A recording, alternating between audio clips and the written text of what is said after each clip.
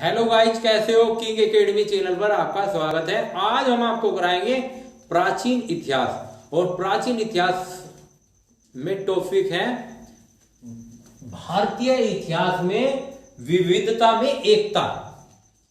भारतीय इतिहास में विविधता में एकता। विविधता में एकता कैसे है? भारत का क्षेत्रफल एक विशाल क्षेत्रफल है। भारत का जो एरिया है एक बहुत बड़ा एरिया है। यदि क्षेत्रफल की दृष्टि से देखा जाए 32,87,263 वर्ग किलोमीटर। जब हमारा देश आजाद हुआ, वर्ग किलोमीटर जिस समय हमारा देश आजाद हुआ, अंग्रेजी पत्रकारों का कहना था कि भारत देश के 1000 टुकड़े होंगे, क्योंकि उनका कहना यह था कि छोटी छोटी रियासतों के छोटी छोटी रियासतें थी भारत में, और ये रियासतें थी 565, और इन सभी रियासतों को का अलग अलग राजा होता था। तो अंग्रेजी पत्रकारों का कहना था कि भारत आजाद होने के बाद एक नहीं रहेगा और इसके हजारों टुकड़े होंगे। लेकिन हमारे देश के नागरिकों ने एक ऐसा परिचय दिया कि हमने अपने देश के टुकड़े नहीं होने दिए। अनेक भाषाओं वाला देश हमारे देश में वर्तमान में लगभग 220 भाषाएं बोली जाती हैं। 220 भाषाएं, लगभग 220 भाषाएं बोली जाती हैं, लेकिन फिर भी हमारे देश में एकता कायम है। कौटिल्य द्वारा लिखित पुस्तक अर्थशास्त्र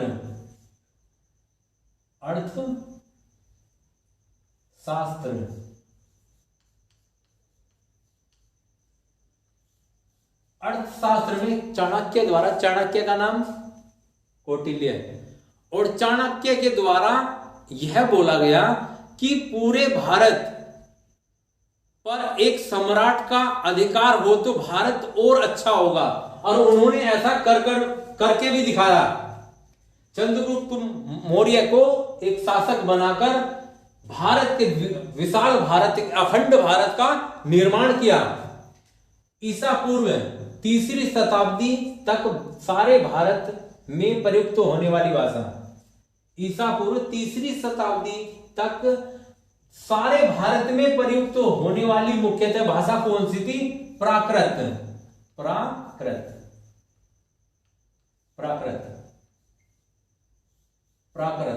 और यदि बात की जाए प्राकृत भाषा, और यदि बात की जाए बाद में, तो बाद में प्राकृत भाषा का स्थान संस्कृत भाषा ने ले लिया। यानी कि मुख्य रूप से प्राकृत भाषा, और इस भाषा के बाद में संस्कृत भाषा ने वही मुकाम हासिल कर लिया जो प्राकृत भाषा ने प्राप्त किया है। यदि जाति की बात करें, जाति प्रथा ब्राह्मण, वेदों और गाय को पूरे देश में सम्मान की दृष्टि से देखा जाता है। वर्तमान में भी और पहले भी देखा जाता था। एक से अधिक त्योहार और उत्सव होने के बावजूद भी भारत में एकता कायम है। वर्तमान में भी 33 करोड़ देवी देवता होने पर भी हमारा देश एकता के सूत्र में बंधा हुआ है। 33 करोड़ देवता, यानी कि हमारे देश में धर्म के मानने वाले बहुत सारे लोग हैं, और देवी देवताओं को मानने वाले भी बहुत सारे लोग हैं। जैसे हिंदू, मुस्लिम, सिख, ईसाई आपस में हैं भाई।